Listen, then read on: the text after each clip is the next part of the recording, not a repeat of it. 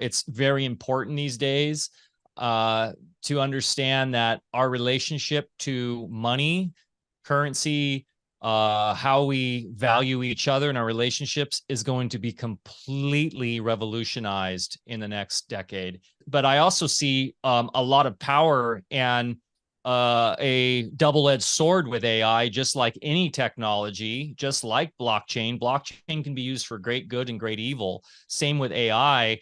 And I think AI is just going to replace a lot of the tedious factor that humans aren't supposed to be doing anyways. And when I say tedious in the modern world, it is that sort of monkey work, right? That people have been doing for and been sort of siloed into by corporations for the last 100 years or more since the Industrial Revolution really kicked off. Ask yourself really, why are all these changes occurring right at this second? Why didn't they occur 10 years ago or 20 years ago? Why is everything just double, triple, quadruple layered on top of? The amount of change is so staggering at the moment. That's a tidal wave of change, of layers of change, all coming in at the exact same moment. And you might want to ask yourself why.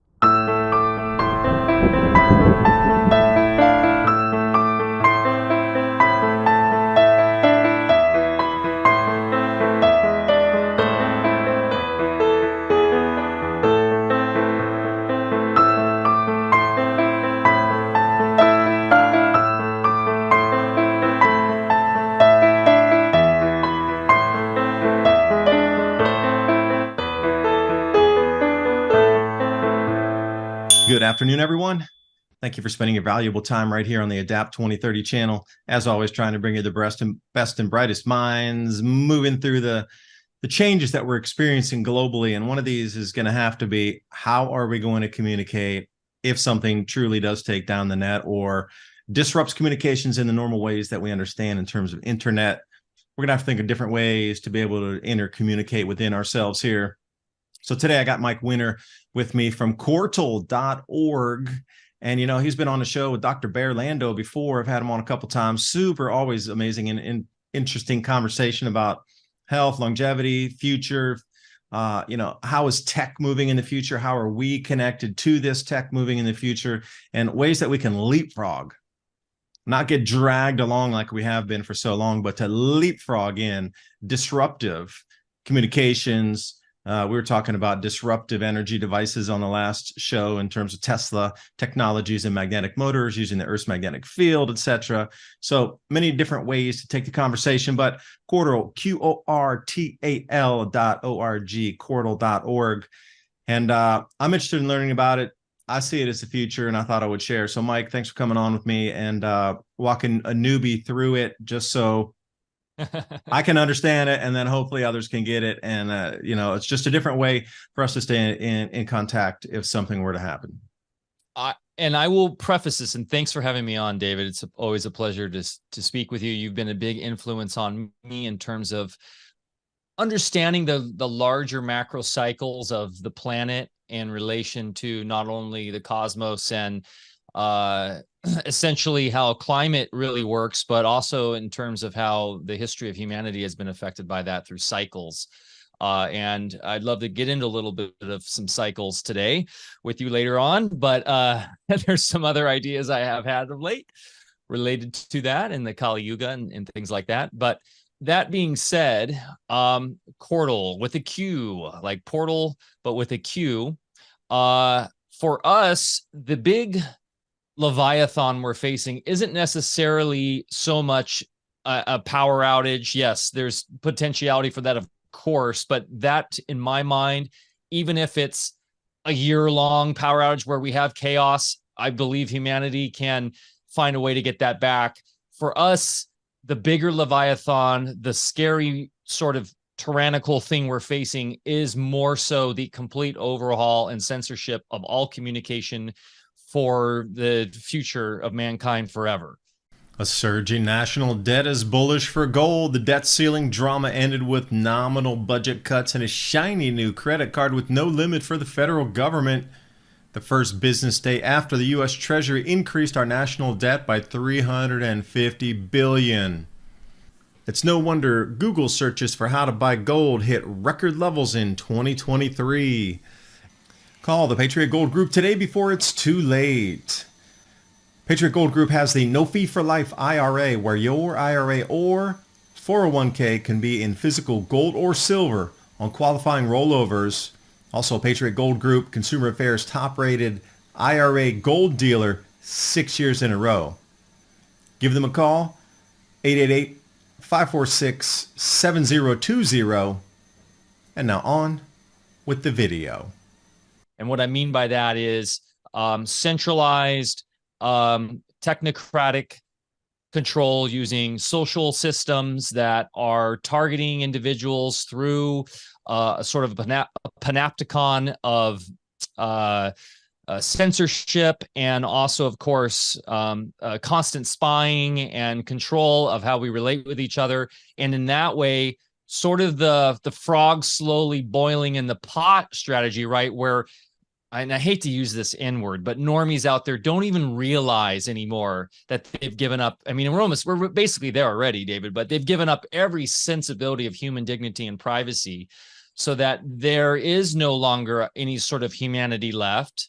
And those few that are trying to still tell the truth and wake up the masses have no ability or chance to do that, because society, Brave New World-esque, doesn't even care anymore.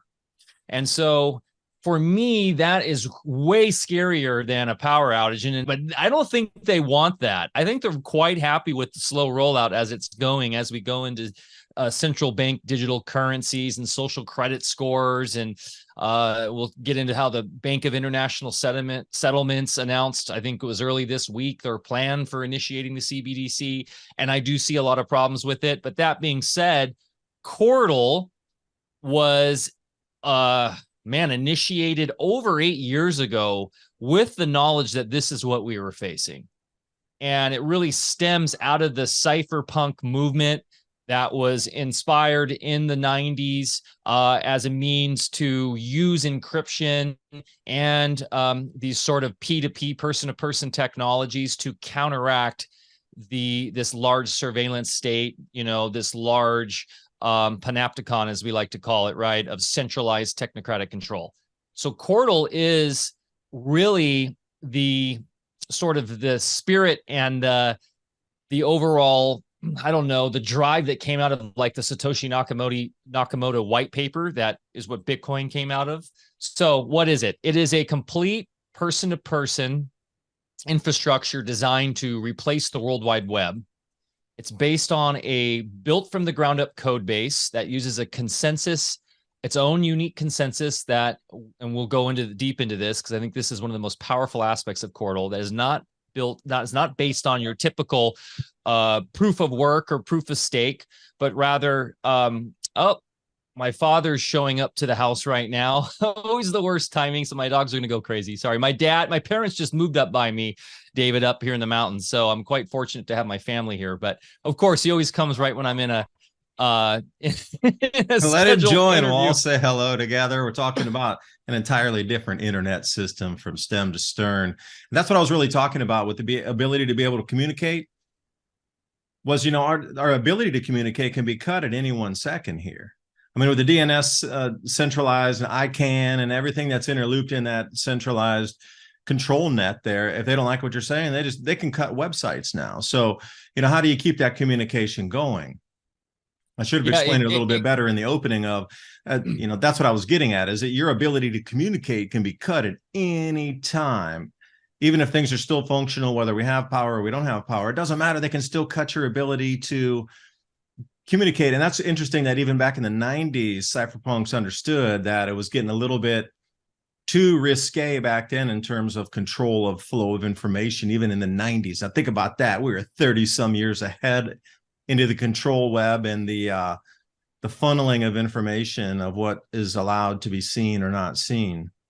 Well, I mean, look what happened in the 90s. We had the creation of the World Wide Web. And who was your favorite guy, David? Al Gore, pushing that forward. And Sir Berners-Lee, who has some interesting connections to royalty and the sort of elites. They saw that the original, even though it did come out of DARPANET, and it was very much a military industrial complex creation, the original internet. It still had basic protocols that could be used, that were open source, that could be used for, what these cypherpunks intended. So they saw the need and they marketed it as more of just convenience and as a use case for the average person to be able to access the internet, to essentially siphon off, or excuse me, to silo the users within a sort of corporate sphere of access, right? So that's when you first had the AOLs and CompuServes and all of these different internet providers, internet service providers come up, that now allowed for a lot of people that never thought about using the internet to use it. But what it did is it took out the ability for the free spirit sort of original mindset that the internet was supposed to be, which was supposed to be sort of this like Wild West egalitarian space where we could have total freedom to connect and do commerce and communicate without the restrictions of certain commercial or corporate interests. So Qortal's trying to go back to that, because you're right. ICANN, that controls the domain name, the registrars. Those are that's a corporation. It's a single corporation that used to be, I believe, in New York, or actually I think in Europe, and it's moved to Silicon Valley. I haven't researched that in a while, but I was shocked when I first discovered that, because you think it would be something that was sort of owned by the public, right? That was maybe under a trust or something, that the public had essentially a governance protocol built into it, where it wasn't able to be controlled by individual forces like that. So that is, while I haven't heard of it happening quite yet, in other words, like domains being shut down, that is an easy path for them to take, to shut down people's domains if they're telling too much truth. And I think we will be seeing that in the near future. However, I do know of hosting platforms that have censored and shut down people for sure. I know of email platforms, even those that say they don't, have shut down friends of mine in the health freedom space, especially with like email. It's pretty wild, like Proton Mail, right? They're supposed to be this really privacy forward facing company. And I know of 2 or 3 individuals that have had their accounts shut down, not that their emails were read, but their accounts were shut down due to who they are. So obviously email. Proton Mail. Yeah, Proton Mail. Huh. Yeah. That is a shocking statement. Yeah. So once again, the ability for us to have an open pathway to communicate digitally online is crucial moving forward.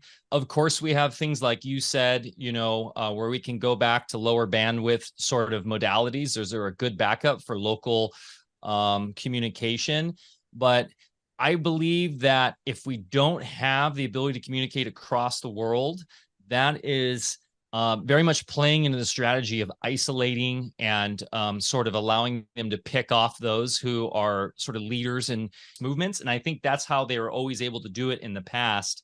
When you had like the 60s movement, the Back to Land movement, not only did the CIA and other 3-letter agencies interject their own nefarious agendas to, to take out those certain movements, movements with certain drugs and other ideologies, they were able to target leaders and then isolate them, because we didn't have the technology back then to have mass communication instantly like we're doing right here. So I think it's really important to have that. And also, I think in conjunction with that, having your local community, right, where you're resilient and you have your own supply chains and you're growing your own food, and you have different people with different skill sets in your community that can do the things that aren't required to go out and rely upon the larger supply chains, the more global supply chains. So I think that is the way to move forward, is to have worldwide communication, but then also local resiliency in your own community. Yeah, and it is that slow burn that seems to be getting a lot of people, the way it's perceived is just this one giant event that's going to happen. And it does seem that the thing that is grinding on people is never, you're almost at the edge, but it never gets there. Never again. It's just next and the next and the next steps of, can you remember back in the day when you would buy something, there was no tax online. And then suddenly, you know, that was a way to communicate and do commerce and business conducted peer-to-peer without tax, and suddenly whoosh. But 2008 is when the system actually died and was put on QE life support till they could get into place the next system that will take the current system's place. And you know, what I'm talking about is, like, back in 71, we went from a quasi-gold standard in August, in the beginning of August of 1971, to a pure debt-based standard by the end of August and going into September. People didn't realize that anything had changed, when in reality, everything had changed. And we're at that same juncture right now where everything has changed. Absolutely. And to that point, Zoltan Posner of Credit Suisse actually has a paper out saying that the crisis that we saw in 1971, it's not even going to be anywhere, near that. It's going to be way worse what we're experiencing today. But my question is, I was just observing, when I was outside the head office of UBS and I was looking at passerbys, and I was wondering, do you think that most people are even aware of what's happening and the repercussions? No. With rising inflation, bank failures, and massive layoffs across multiple sectors, the future of the economy remains uncertain. It's no wonder the central banks have been getting prepared by stockpiling gold. At ITM Trading, we have spent over 27 years building a team of seasoned researchers and analysts who can help you prepare for any financial crisis. Our experts are ready to provide you with proven strategies to safeguard your wealth and assets in the event of an economic downturn or currency reset, which is frankly inevitable. Don't wait until it's too late. ITM Trading is a precious metals company that's been in business for over 27 years with the mission to educate and empower individuals to hedge against inflation, financial risk, and help you prepare for the Great Reset. Schedule your free gold and silver strategy call, 866-834-1422. That's 866-834-1422. And now on with the video.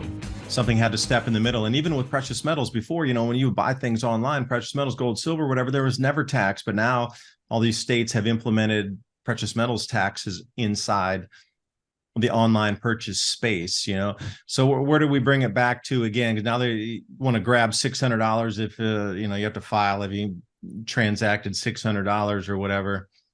It's getting to the point where there definitely has to be something different out there for communications and as well as business, barter, trade. Because when it does come down to it, the way, a lot of people envision it, we're going to have the step over to central bank digital currencies. You can partake in the system or not. It'll be up to you.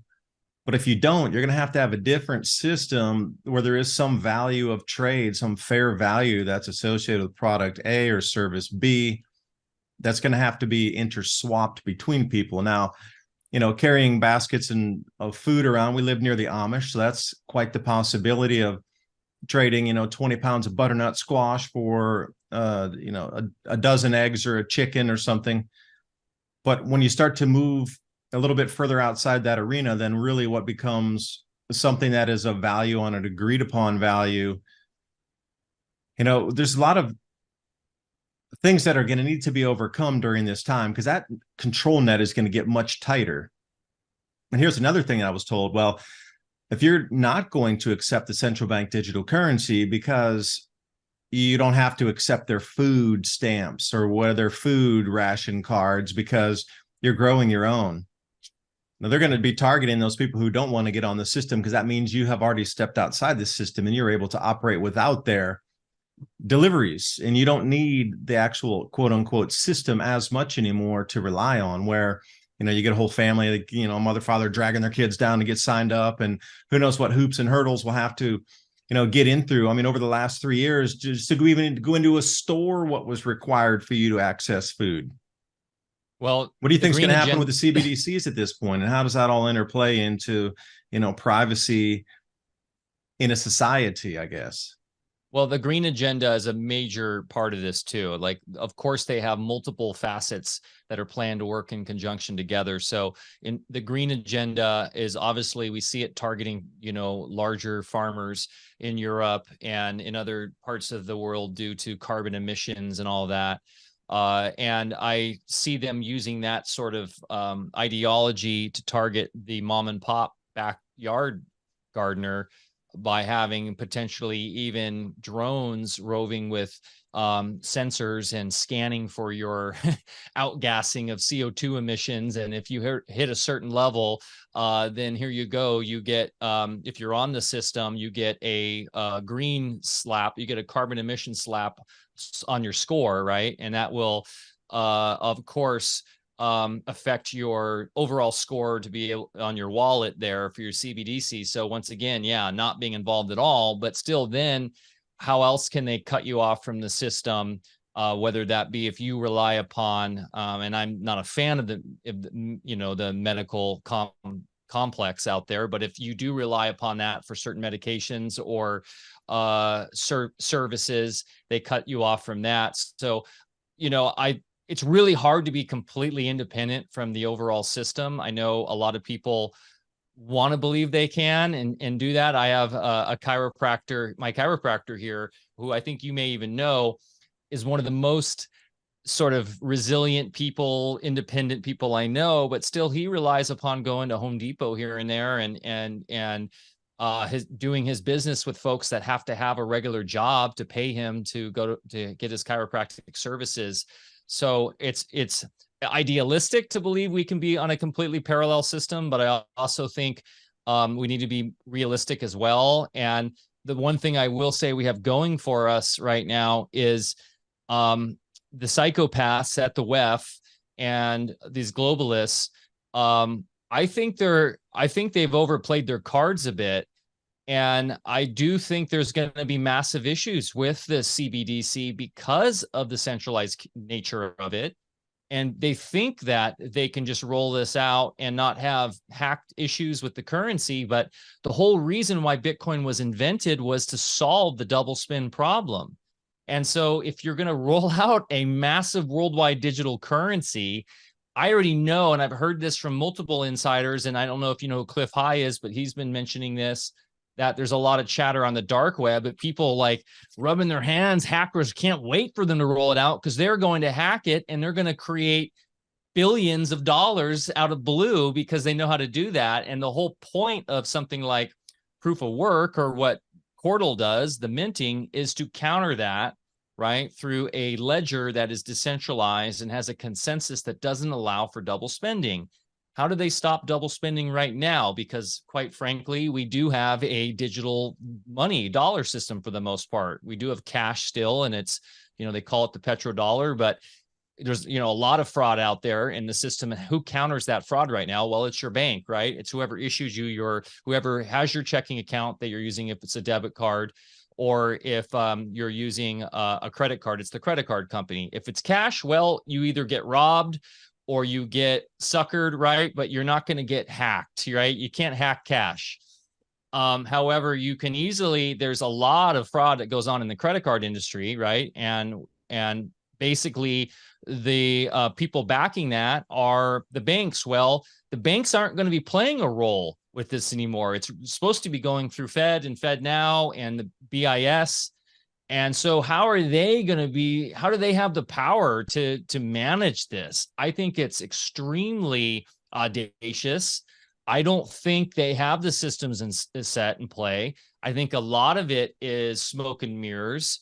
And it's going to be really interesting to see how long this actually takes to implement. It makes me think of remember how we were told we were going to have self-driving cars by 2022? I remember being told that in Los Angeles, downtown LA, this was 2018, by 2022, you wouldn't be able to drive manually into downtown LA because the self-driving systems were already being partnered with the major automobile companies, GM, Chevy, Ford. We're all getting partnerships with Lyft and Uber, and it was all going to be automated and you weren't going to, and there was people freaking out about this literally because I was living in LA. Well, I left in 2016, but this chatter was even going on back then. People were like, there's a part of the, the impetus, excuse me, the motivation for me to move out to where I am now because I didn't want to be part of it. Well, what happened with that? The self-driving cars were blowing up and malfunctioning left and right. And it seems like we're much farther away from that than they proposed. And I think they do this a lot as literally a sort of a scam to the markets, right? So they can scam people and cause the markets to go up and down and make a ton of money off fake bad science. It's a lot of grift out there, man. So I think we should keep that in mind. The CBDC rollout, it's going to have a lot of problems, and I think it's going to be more on the commercial sector for a long time before it becomes sort of something that's ubiquitous in people's lives. Yeah, I'll tag onto that. And, if you've been following any kind of rollout happening in Africa, Nigeria specifically, they had an uptake rate of 2%, but the government in its infinite wisdom there destroyed all the cash, thinking that everybody would uptake it instantly. So they had Himalayan mountains of shredded bills of all denominations, and it just didn't work. And it ended up the most unsafe place to go due to the rioting and the destruction of buildings and property and targeting of executives and bank workers and those in the legislature that they had to call the army out. And that's just in Africa. The dismal uptake rate was 2%. So now the government finds itself between a rock and a hard place of going, all right, nobody wants to accept this. We don't have enough cash. We can't print enough cash to re-inject cash back into the system. So they're just kind of riding between the fiery nights and the days where cash is not available. They've really gone back to a lot of bartering again. Bartering only goes so far. They're really stuck. This shows you the vulnerability of moving too fast on it, and really the uptake of it with the technology that lags behind on everybody who would have access to a phone or a mobile phone or a charging station if you're living further out. I mean, in Africa, I could see why they'd roll it out there first, because it's a difficult place to roll it out. There's not a lot of access to the tech that actually would allow you to access and use that. But at the same time, it was such a cash-based nation. They're almost trying to try it on purpose in one of those cash-based transaction nations in Africa. On top of, there was just I think it was an experiment in a petri dish myself to see what went wrong, the things that could be improved on in terms, they probably did a full analysis on everything, and it was just a test, knowing it would fail. But what could they garner from that? And now take that lesson learned and then bring it into a more developed nation and try to roll it out. Yeah, definitely what we call stress tests in technology, right? And when you're doing a stress test, you ramped up all the different variables to something that's way out of whack and what you'd have to deal with just to make sure that you can handle that. So yeah, they initiated this into, like you were saying, a kind of chaotic environment that is definitely more second world and still a tiny economy, though. Like the economy is probably equal to the size of like the Orange County that I grew up in, it's like, so, yeah, it's, for me, I've come to the point where I think a lot of what we're seeing that's being proposed by the World Economic Forum, like ESG and all this, is just grift in a way, and a means to launder money to mafioso type organizations and cabals, right? And I think the greed's going to be a massive part of their downfall. And I do believe that we're seeing it fracturing. I believe we've seen over the last, since COVID, the fracturing of the sort of globalism supply chain that was set up after World War II with the US Navy. And I also see massive problems in the demographics with a lot of these countries we're supposed to be fearful of, like China. They have serious demographic issues. I say one thing that's going really good for the United States is we've got pretty strong demo in terms of, we still have a very vital younger generation coming up. That being said, I do believe there is a large fracturing of the global sort of elitist system. And it's going to be really interesting to see how it plays out, whether they're going to try to funnel this into a World War III, where it's sort of a Christian right versus Islam. I know that was always the plan, right? And we know they pre-planned World War I and pre-planned World War II, and those did happen as they had planned. But I'm wondering if this World War III fizzled on them. And I would say that because of the internet, because of our ability to have more of a mass awakening and be hip to this. I mean, it's very obvious, David, within the last 20 years, I mean, the general sort of narratives around stuff like New World Order and PSYOP and all these terms, if I mentioned that 20 years ago when I was first learning about it from people like David Icke, I was seen as a nutcase, like crazy conspiracy theorist. And now you go on Instagram and I just scan on like my reels and every other one. I know it's the algorithm playing into my interest, but it seems very mainstream now. People talking about this sort of stuff. But I will say, I think why, circling back to Qortal, why it's so important is we can, really help stem the tide of this globalist plan through communication and helping each other, sharing information as fast as we can on our own internet systems, like you do every week on your show. Let me throw something at you. Just before we got on air today, you and I, there was a news flash that came across from RT News that said it's official now that the new BRICS currency is going to be a gold-backed currency. Now, again, you can do some auditing in terms of reserves of gold. You can't really double count it, especially they're going to be really on it.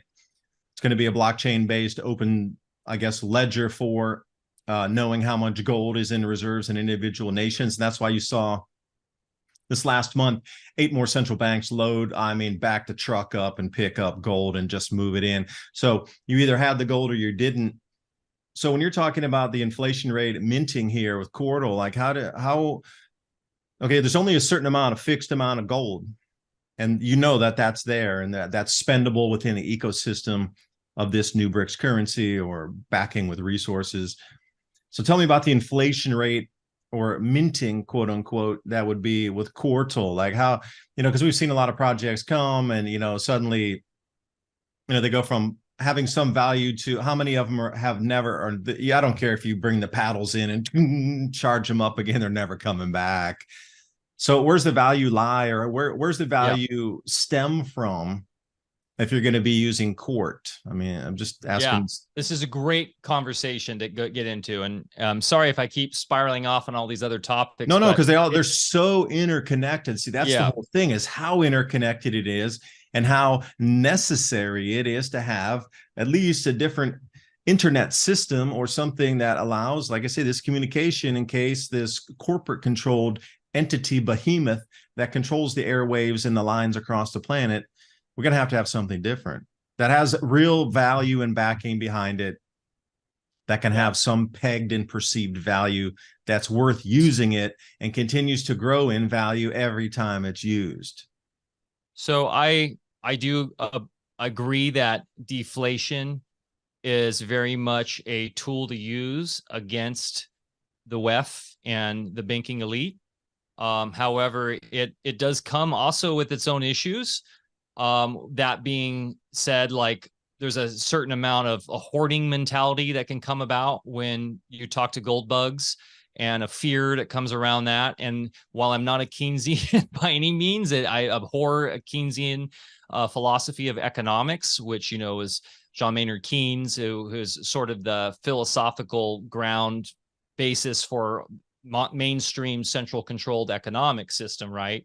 Which is more about the idea of using capital spending to drive an economy, not savings, and to use debt as a means to increase overall GDP and all that. I get that, but there is some value to understanding having a liquidity in a market because people are spending and active using the currency, and that's something Qortal is focused on. So there is a slight inflation rate that is actually maintained by the code base, and I think this is an important element to understand when we're talking about something like blockchain, and why I get a little triggered and question the idea of pegging a blockchain to a physical good, because I don't know of any way to do that right now that doesn't have an element of centralization. And what I mean by that is, in order to peg something to a gold, that means you have to rely on an official, someone of officialdom, to guarantee that that physical gold is being counted correctly, that it's in the vault, and that it's been correctly attached to the blockchain ledger, right? There's no way that I know of right now that you can decentralize that. There has to be some sort of audit done, which requires a trusted source to do the audit. And this is also why I have problems with dollar-backed cryptos and stable coins, as they're called. And we've seen the problem with stable coins. They use all sorts of little games and tricks and different sort of accounting measures and stuff to supposedly have that one-to-one peg. And we found that that's not true. And it opens up to a lot of problems. So the Qortal's main ethos is pure decentralization.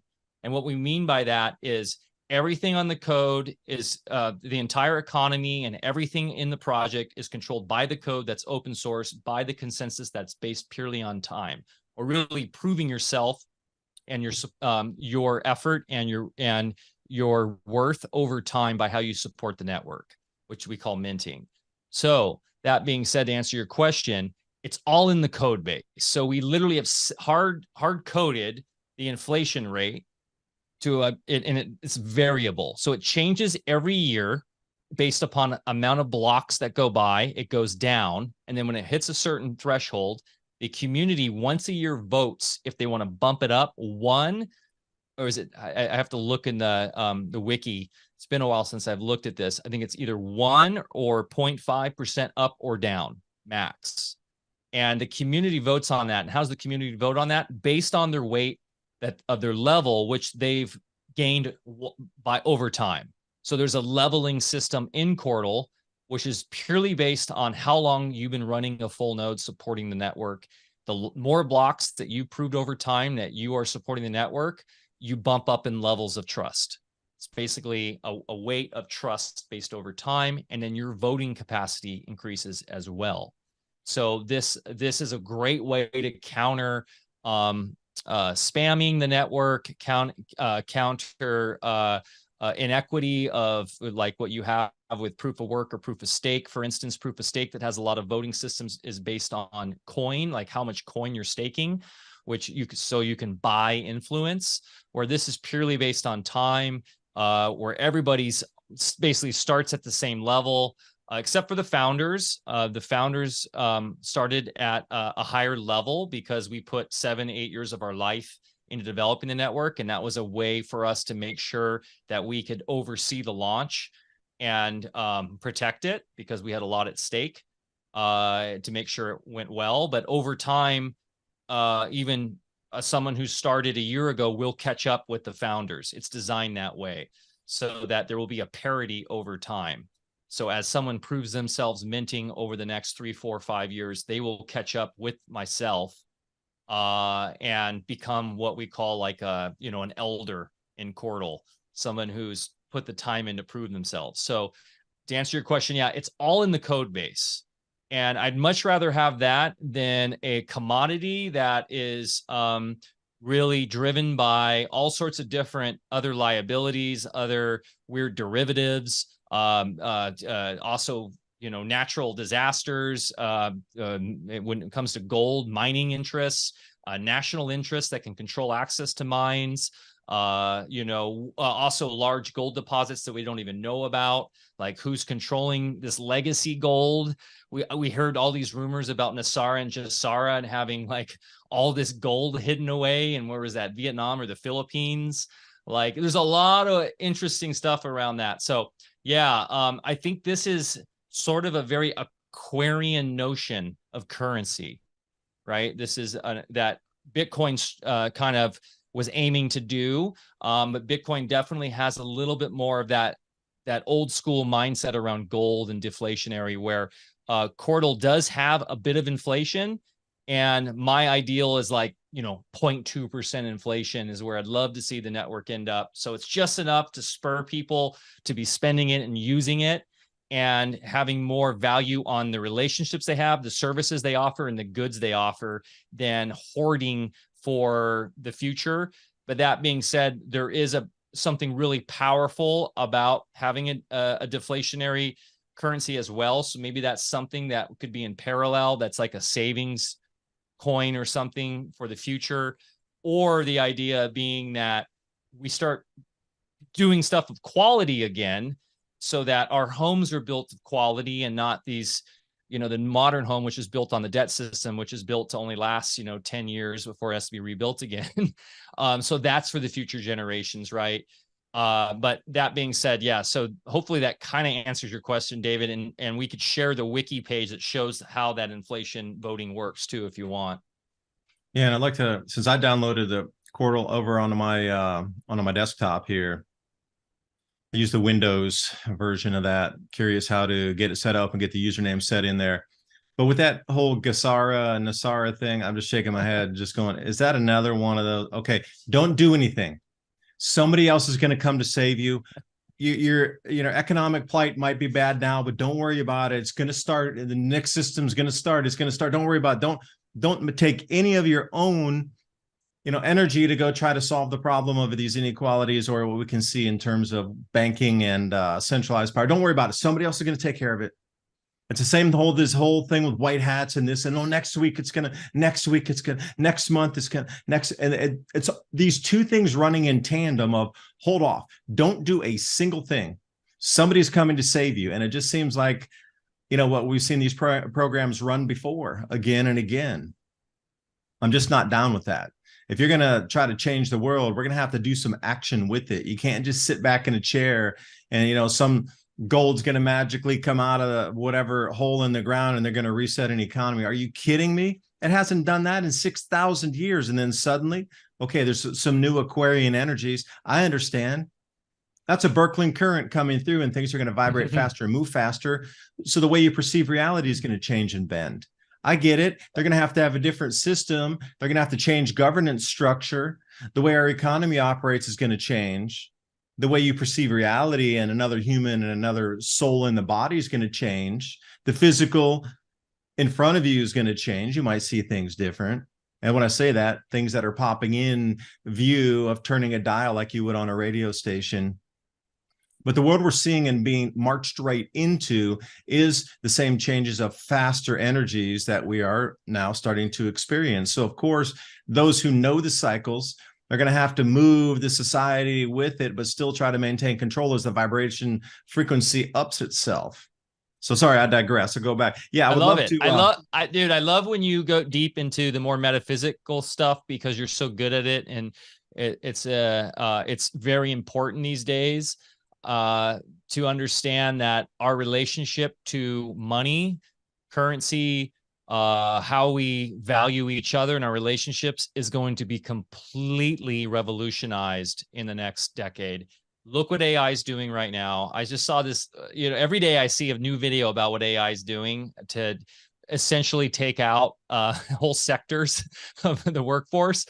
And I saw a guy demoing using Midgarden in ChatGPT. He created a new, really awesome looking athletic shoe brand in 1 minute with full, examples with logo, full website copy and all that in a flash. And I assume a lot of branding firms and like marketing firms are pooping their pants right now because those, especially the more like normie ones that, are just providing a basic service and aren't thinking outside the box, they're out of a job already. And I only bring that up because I don't fear AI. I don't see AI as becoming conscious. I have a deeper understanding of what consciousness is related to, as you're saying, those currents and the ether and what it means to actually be living, a living, spirit body. But that's not, but I also see a lot of power and a double-edged sword with AI, just like any technology, just like blockchain. Blockchain can be used for great good and great evil. Same with AI. And I think AI is just going to replace a lot of the tedious factor that humans aren't supposed to be doing anyways. And when I say tedious in the modern world, it is that sort of monkey work, right? That people have been doing for and been sort of siloed into by corporations for the last 100 years or more, since the Industrial Revolution really kicked off. And it was all part of the game that these wannabe elites, were playing. And so this is a freeing technology. I do think Qortal is going to play a massive role in it, because Qortal's focus, once again, is on freedom. It's on privacy. It's on the ability to transact in a decentralized parallel system that isn't controlled by this WEF, globalist, cabal. And so it's going to allow people to focus on their vocation, which isn't something Chat GPT or AI can do, because that is innovation. That's the creative human brilliance of the spiritual mind, right? And so if you are going to rely upon Chat GPT to do your copy for your website, it will do a good job for a super, very much, mainstream, very much run-of-the-mill type company. You'll get lost right away in the new marketplace that'll be in Qortal, because we're talking about brilliant innovation, very imaginative innovation, and changing technologies and concepts and ideas of what we can do that will get us out of this sort of stale, commercialized, debt-focused world that we're in, of strip malls and McDonald's on every corner and 7-Elevens and and everyone working these monkey work jobs. We can get back to the true renaissance of being creators and being imaginators and also tying back into the land and getting back into connection with nature, right? While the Chat GPTs of the world do all the sort of basic stuff that we don't need to worry about anymore, kind of like Star Wars. In a way, it's kind of like what Star Wars represents a little bit in those films. Yeah, just a quick jump between, ask yourself really, why are all these changes occurring right at this second?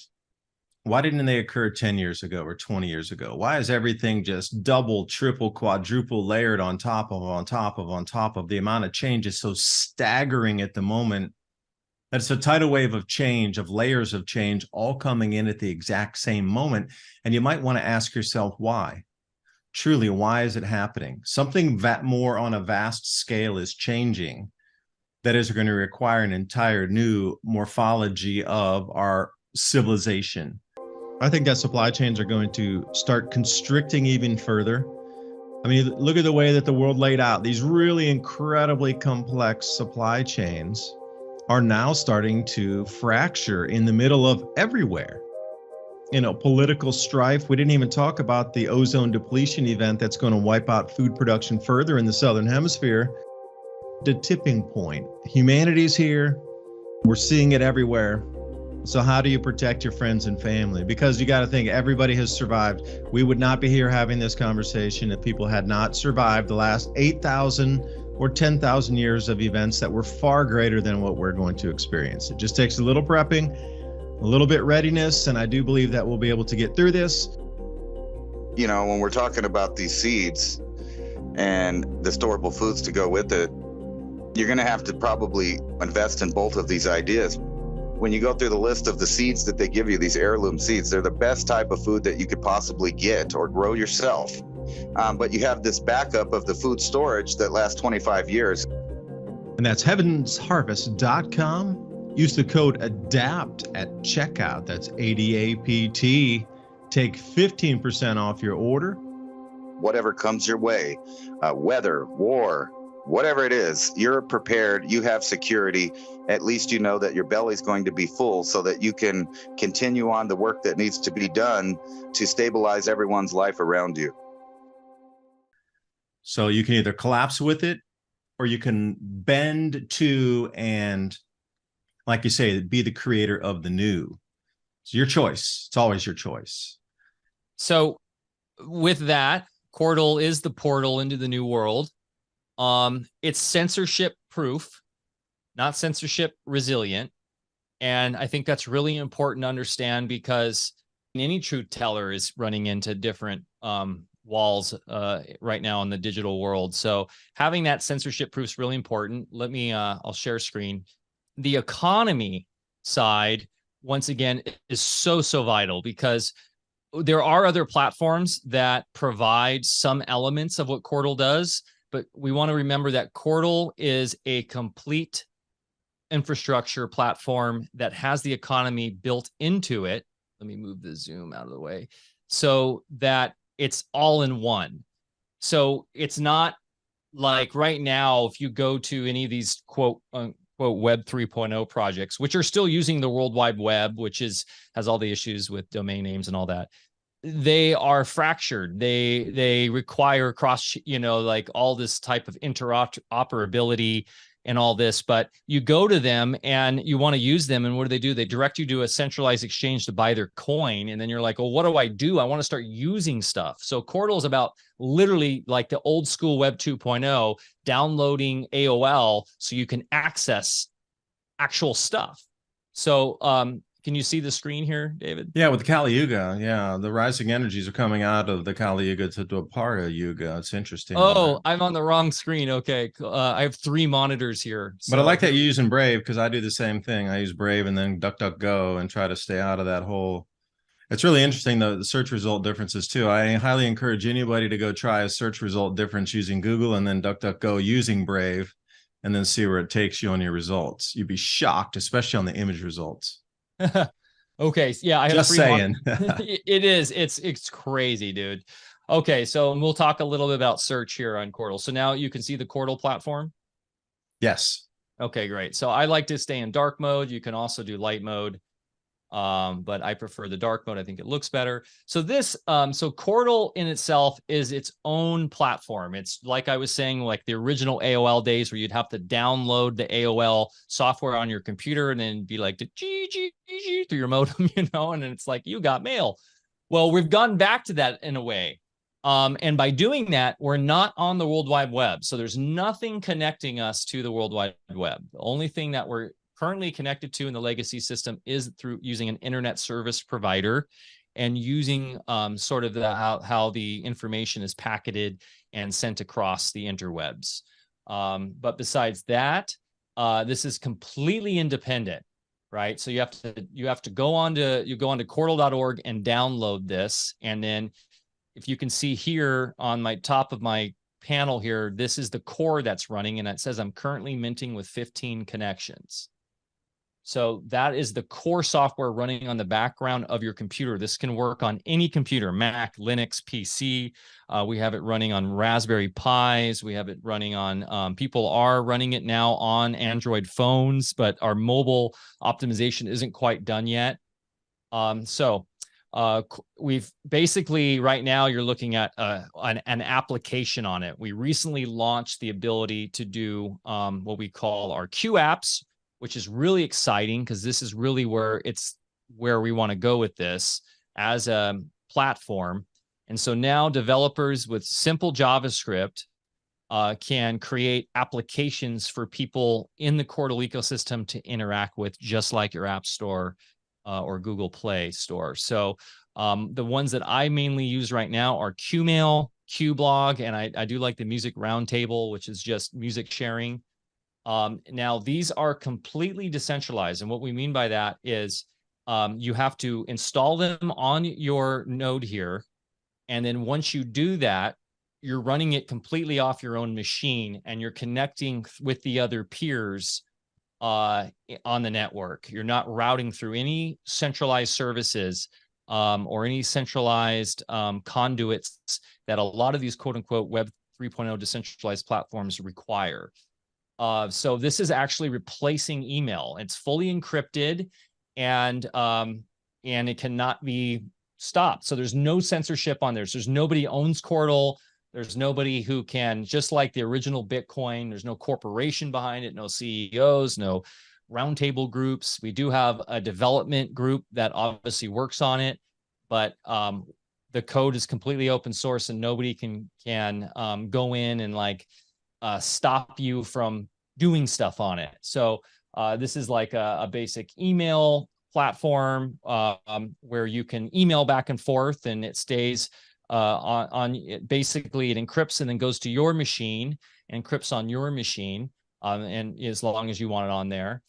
We have QChat, which is sort of replacing like a Telegram type functionality. And so this right now is the general chat, people chatting all day on. This is essentially right now using unconfirmed transactions on the blockchain. So it's not storing the messages on the blockchain. It's just using unconfirmed in the cache until a day later they disappear. This was kind of like a beta test. We launched this 2 years ago, and we'll have a new functionality set up where it'll be more like a Q app. However, like if you can private message anybody on the platform. Like if I wanted to message my dad, who was just here recently, he's in his 70s and on Qortal. This is fully encrypted, 256 SHA, SHA, just like Bitcoin. Algorithm cannot be hacked. Person-to-person messaging, and so this has been around since like the beginning of Qortal, essentially. Sometimes it's interesting when I'm screen sharing this on Zoom, it takes a little bit longer, but see, there we go. So this is one of my accounts. The beautiful thing is this is permissionless, completely open source. So there is no like centralized account, right? Once again, this is blockchain based, the blockchain being completely written from the ground up. So you can create as many accounts as you want, right? All you're doing is creating a new private key. And then the system will actually save all of that only on your machine for you to easily access. It encrypts it, and then you can download a backup onto your machine or throw onto a hard drive or wherever you want. You can see all these addresses here, not a big deal. These are just my public addresses, and then my name. This name here actually is just a name that I've given myself on my local machine. So like if I want to log in here, this is just a local password that I've created on my own machine, so I don't have to know my long key every time. Now I'm in my wallet. This is one of many wallets I own. And so it has a typical wallet where you store your Qort, which is the currency of Qortal. You can also store Bitcoin, Litecoin, Dogecoin, Digibyte, Raven, and Pirate Chain, which is a wonderful anonymous coin. One of the best out there, right up there with Monero, not better. And so, yeah, the wallets will allow you to store these cryptocurrencies on your wallet here, which I do on other wallets. I actually much prefer to store my Bitcoin now on Qortal than I do even on a lot of hardware wallets, because I'm tired of some of that functionality breaking and having to I've had 2 hardware wallets break on me. I won't say what brands. So anyways, it's just more secure, I think, at least easier for me to access. And what's cool about it is there's a trade portal in here. So the trade portal was our first big innovation, well, our second innovation after QChat. And this is a fully P2P trade. We call it a trade portal, not an exchange, because it's really more geared towards trading the currencies back and forth, like almost more in a bartering mentality than like playing a marketplace and trying to day trade and stuff. It's really about being able to transfer between currencies, the currency exchange. And this is all P2P. So there's no intermediary, there's no liquidity pools or any of that stuff. And so these are all all the different combinations of Qort to the different coins. So if you wanted to come in with Qort and buy Pirate, or come in with Pirate and buy Qort, you would go to the R coin Qort, and here you can buy your Qort or sell Qort with your Pirate chain R. And so this is very exciting, because this is a way for you down the line, especially as and we'll get into the economy of Qort, as the true sort of marketplace really explodes. And what I mean by that is in the Q App Store, we have very soon here, we're we're going to have like an Amazon type marketplace someone's developing. We're going to have a lot of different ones because once again, this is all open source. So all these different people are coming in that want to develop stuff. So we have a developer right now working on a really cool kind of Qazon or Q Amazon type deal. We have someone who's working on a farmer CSA type model for farms to provide membership through this. So people would pay with Qort to access their farm goods. And the beautiful thing about this is we're working in the private, right? So this isn't connected to anything out in the World Wide Web. People in Qort don't contract with the mainstream world. And so the idea is that farms can circumvent USDA, FDA, all of that stuff, the licensing, organic licensing, everything, and you just have a direct relationship. It's a very much, if you've heard of agorism, it's like an agorist mentality. So this is the general minting details. So you can see kind of all the statistics. The average Qortal block time is a little over a minute, 72 seconds right now. The average blocks per day, average created Qort per day. It's a very low number of overall Qort out there. Right now, the way you would use it is you can go in and like if there's and this is like Qblog, you like some content, you can tip people Qort for appreciating their content. So support them right here. So let's say Fairphone to be released in the US market. And the community is amazing, David. They're all super awake to all the nonsense. Very keyed in on like the green agenda and the WEF agenda. And so like if I want to hook this guy up, I actually really like this guy. I'm going to hook him up. What if I'm a video creator and I load videos, I got different styles of videos. What about me loading some videos up in there and keeping as a repository versus having to keep something over on YouTube or whatever? So it's the way it works is it's literally hard drive to hard drive. So let's go look at a video right now. The video is actually stored on my local machine then. On your local machine. And then you can see where everything that anytime you go in. So I'll show you how websites works real quick. Well, I'll answer your question on the Qblog here. So I didn't mean to exit Qblog. So right now, so yeah, Qortal is very much all about ownership, and it's essentially using something very similar to like IPFS or the original like sort of BitTorrent concept, right? Where you're going to download and host it yourself. And the more people that are downloading and hosting the content, the more resilient and faster it gets. So I know somebody recently posted my Brighteon interview with Mike Adams on here. And I wanted to show you we're streaming a video right on here, how easy it is. It's pretty fast. So what it's doing is it's downloading to your system and then playing while it's doing that. And then you can choose then to delete it after, or you can keep hosting it.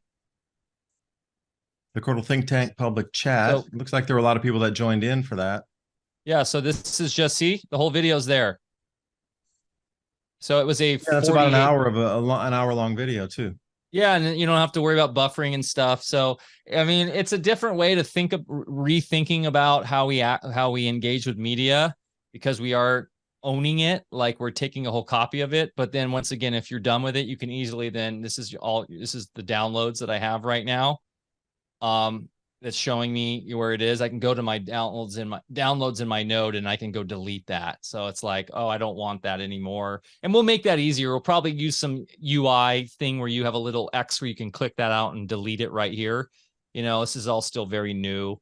So once you've downloaded it, watched it, if you don't want to keep supporting it and being now a node, with this. So now I am basically made this more redundant, right? This copy, just like a BitTorrent, right? If you've used any of that, now I have a version that now I have a copy that I'm holding that I'm sharing.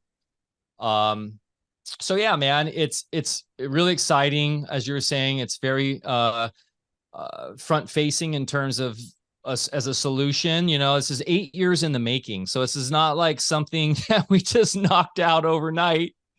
That's for sure. The end of the magic trick that we're all being played or have been educated to believe are real. Again, the education system, the way it's brought, it was developed to get a class of factory workers into the factories, just smart enough to press the button, pull the lever, and press if something goes wrong, but not smart enough to actually take over and develop their own factories. But hey, that's modern education across the planet. It's not exclusive to any country. So anyway, Mike, I appreciate you coming on, and everybody out there, I do thank you also for spending your valuable time. That's one thing that's really incredibly valuable these days is our time and preparedness for things that we see coming down the way toward us pretty quickly. So until next time, bye for now.